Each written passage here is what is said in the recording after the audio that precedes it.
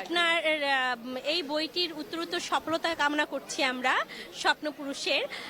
এসবিটিভির পর্দায় আপনি কথা বলছেন এসবিটিভির সম্পর্কে এবং দর্শকদের সম্পর্কে, আপনার লেখক সম্পর্কে একটু কিছু বলুন।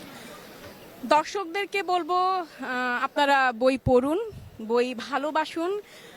বই পড়লে আসলে আপনার মন মানসিকতা ভালো থাকবে, আপনার উন্নতি হবে, আপনি ভালোবাসতে পারবেন। ভালোবাসার জন্য আসলে একটা বিশাল মনের দরকার এবং এই বিশাল মনটা তৈরি হবে আপনার বই পড়লে। আর বইকে শ্রদ্ধা করবেন, সৃষ্টিকর্তাকে শ্রদ্ধা করবেন, এটাই বলা। সবসময় আমাদের সাথে থাকবেন, আমাদেরকে সাপোর্ট দিবেন যেন আমরা অনেক কিছু আপনাদের দিতে পারি, গল্প, উপন্যাস, কবিতা, নতুন নতুন। এবং এসবি টিভিকে আমি অসংখ্য ধন্যবাদ জানাচ্ছি, আমাকে কথা বলার জন্য সুযোগ করে দিয়েছেন।